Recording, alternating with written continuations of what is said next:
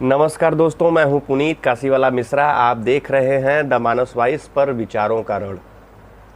आज हम बात करेंगे हमारे पड़ोसी देश नेपाल की, जहां जेन जेड यानी नई पीढ़ी की आवाज़ें इतनी तेज़ी से गूंज रही हैं कि सत्ता की नींव हिल चुकी है। सोशल मीडिया बैन से शुरू हुई इस लड़ाई को आखिरकार खून और आग की नदी में क्यों बदल दिया गया, और आखिरकार क्यों पुलिस को गोलियां चलानी पड़ी। अभी तक 19 लोग मारे जा चुके हैं और 500 लोग घायल हो चुके हैं। आखिर ये विरोध भड़का क्यों? नेपाल की सरकार ने टिकटॉक, इंस्टाग्राम, एक्स, ट्विटर जैसे सोशल मीडिया प्लेटफॉर्म पर प्रतिबंध लगा दिया। आधिकारिक तर्क इसका यह है कि समाज में अशांति और फेक न्यूज रोकना है। तो आपको ये चाहिए था कि फेक न्यूज जो भी फैलाता है उसके ऊपर कानून बनाना चाहिए था। आपको लोगों की मतलब जैसे कहा जाता है ना, जैसे हमारे देश में है अभिव्यक्ति की आज़ादी, उसी तरह व्यक्ति विशेष की अभिव्यक्ति की आज़ादी को आप नहीं छीन सकते हैं, नहीं छीनना चाहिए था। आज इसी का कारण है कि इतना बड़ा हादसा, इतना बड़ा जो है क्राइस फैला हुआ है। लेकिन जनता और ख़ास तौर पर आने वाली पीढ़ी का मानना था कि यह आवाज़ दबाने की कोशिश है। साथ ही लंबे समय से चल रहे भ्रष्टाचार और बेरोजगारी जैसे मुद्दों में ये आग में घी डालने का काम हुआ है।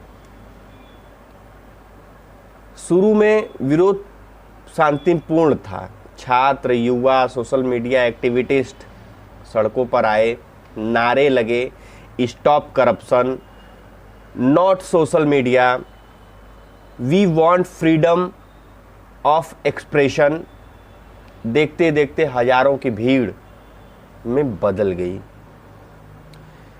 काठमांडू में संसद भवन और अन्य सरकारी परिसरों के बाहर विरोध प्रदर्शन तेज हो गया।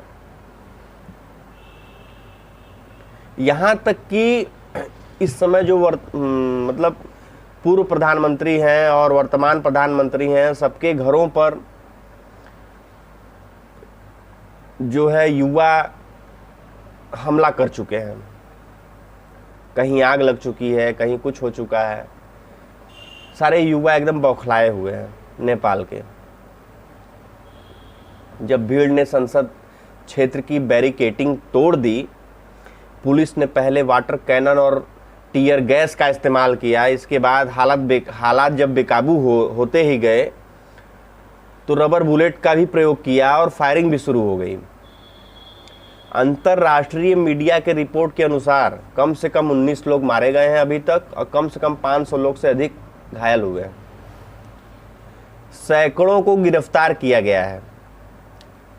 अस्पतालों में चीख पुकार मची हुई है और सोशल मीडिया पर लाइव वीडियो ने दुनिया को हिला दिया है। विरोध इतना तेज हुआ कि राजधानी के कई हिस्सों में कर्फ्यू लगाना पड़ा। प्रधानमंत्री केपी ओली के निजी आवास पर भी गुस्साई भीड़ ने हमला कर दिया।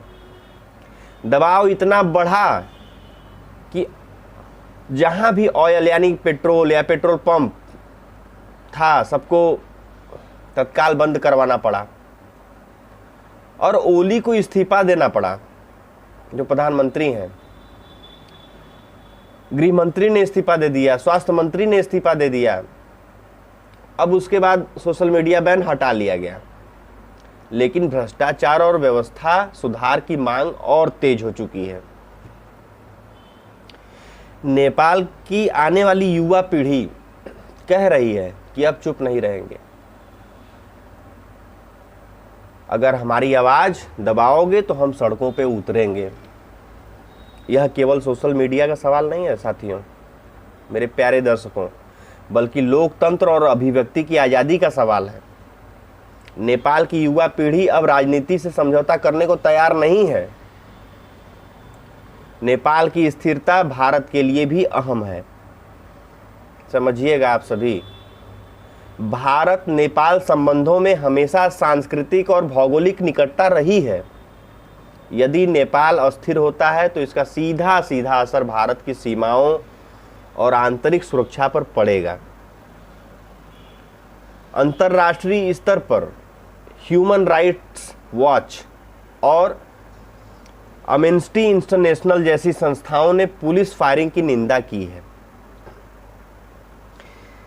इस वीडियो बनाने का मेरा निष्कर्ष यही है कि नेपाल का यह आंदोलन हमें यही सिखाता है कि नई पीढ़ी अब डिजिटल रूप से जागरूक है।